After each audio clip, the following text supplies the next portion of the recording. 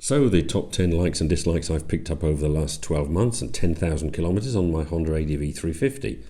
Let's begin with the negatives, starting with minor niggles and working up or down to the number one massive annoyance. Number 10, the heated grips. They work well enough even through these grip puppies and they're well integrated, but there's no memory function, meaning that every time I switch the engine back on, I have to remember to turn the heated grips back on.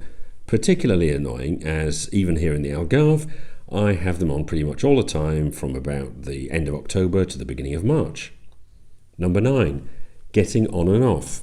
The centre tunnel is quite large and swinging my leg over it without catching the paintwork with some part of my shoe requires certain concentration. I knew this would be the case and put some protective transparent film on the most exposed areas to avoid too much damage over time. Probably not an issue if you're used to maxi scooters, but I had a step through prior to the ADV, so the centre tunnel does seem a little bit obtrusive in comparison.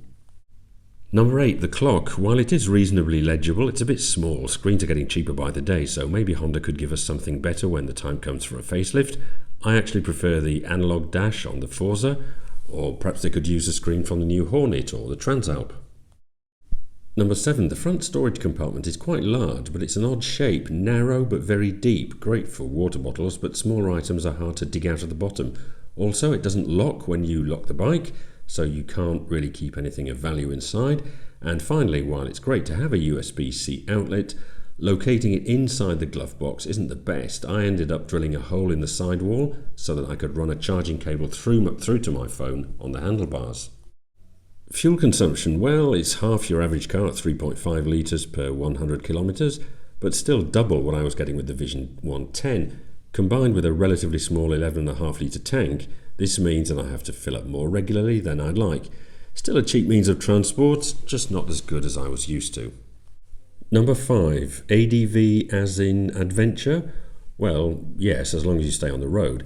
I did try some light off-roading a couple of times, but soon realised it's pretty hopeless. Ground clearance is poor, it's heavy and unwieldy, and you feel every rock and bump through the small wheels. This is definitely more SUV than true adventure bike, although to be fair, I think most riders realise this before they buy. Number 4, we're getting into serious negatives now. The weight, I just mentioned this for the off-roading, and it's also something you can feel when manoeuvring the bike around the garage or when parking. It's not a huge deal, but I do have to make sure I don't park nose down into a slope as I would with a full-size bike. The weight, Honda quote 186 kilos wet, can also be felt when braking. Only one 256mm disc up front means you have to squeeze the lever pretty hard, especially when slowing down from speed.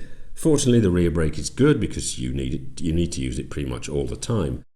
Number 3, wind protection or lack thereof. This is perhaps the biggest difference with the Forza.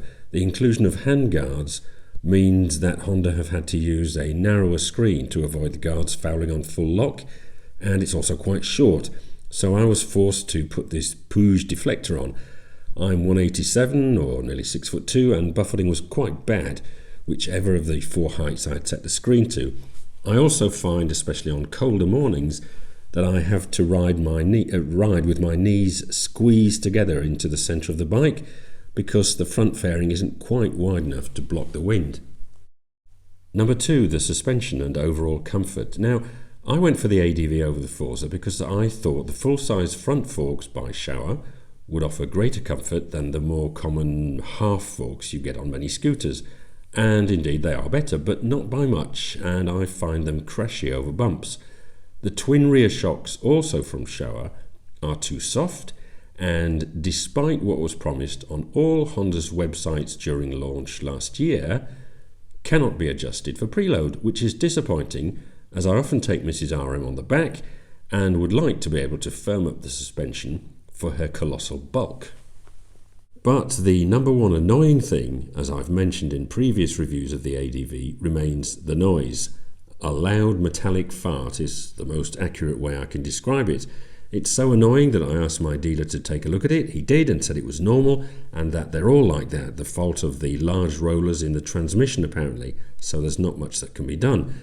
After 10,000 kilometers, I've kind of got used to it, but it takes the edge off what would otherwise be a relaxing bike to ride. Anyway, okay, that's enough whinging. Let's look at the top 10 good things about the ADV 350. Number 10, the styling, especially at the front. Head-on, it looks a bit like the NT 1100. Well, if you squint, which I guess is a good thing, at least if you own the ADV.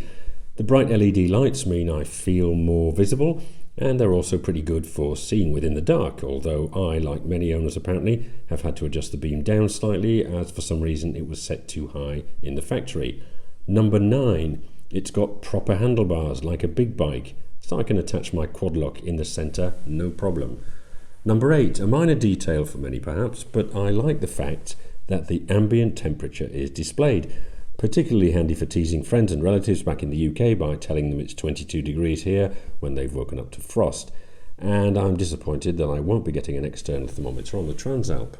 Number 7, the tyres, the Metzeler-Carew Streets, which I hope I will be getting on the Transalp, provide really excellent grip in the dry and the wet. They're also showing little sign of wear after 10,000 kilometres, despite the fact that I ride quite hard. So well done Metzeler and Honda for choosing them.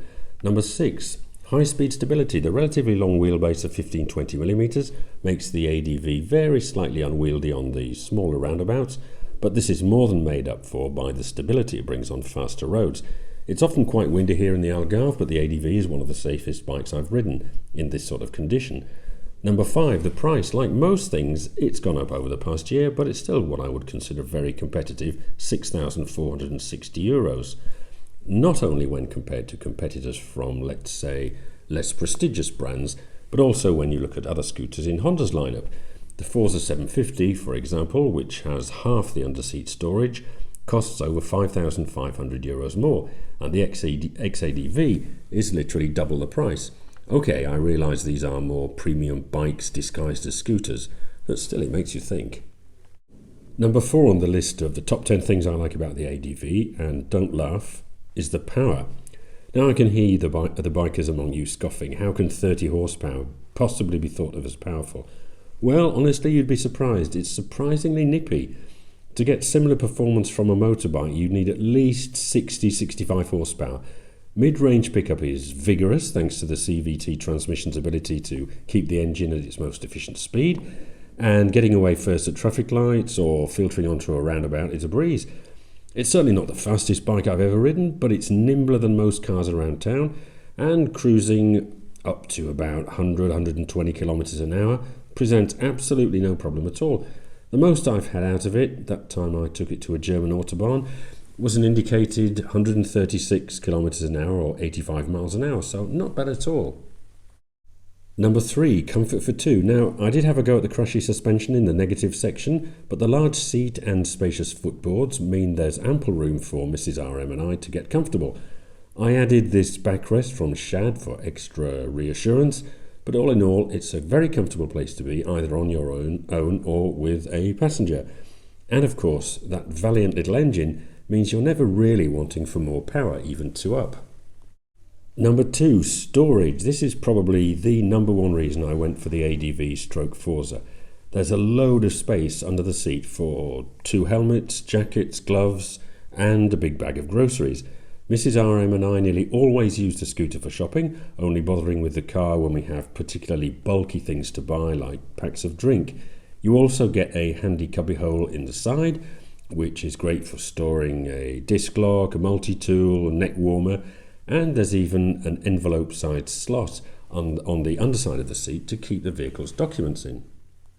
So what's number 1? Well, I suppose it has to be the simple fact that I've done 10,000 kilometers in just 12 months of ownership. Some of you might think that's nothing special, but remember that I work from home and so don't commute, and I have other bikes and cars for touring and longer distances. The ADV is so practical that I literally use it several times every day for general running around. Parking in the city centre or at the beach is a breeze. We just ride up to where we want to be and switch off the engine. It can carry most of our shopping on the way back home, and it's cheap enough not to really worry about costs.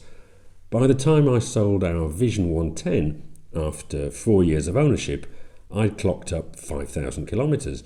The ADV has done twice that in a quarter of the time. Anyway, let me know in the comments if you could ever be persuaded to try the maxi scooter way of life. And as always, thanks for watching.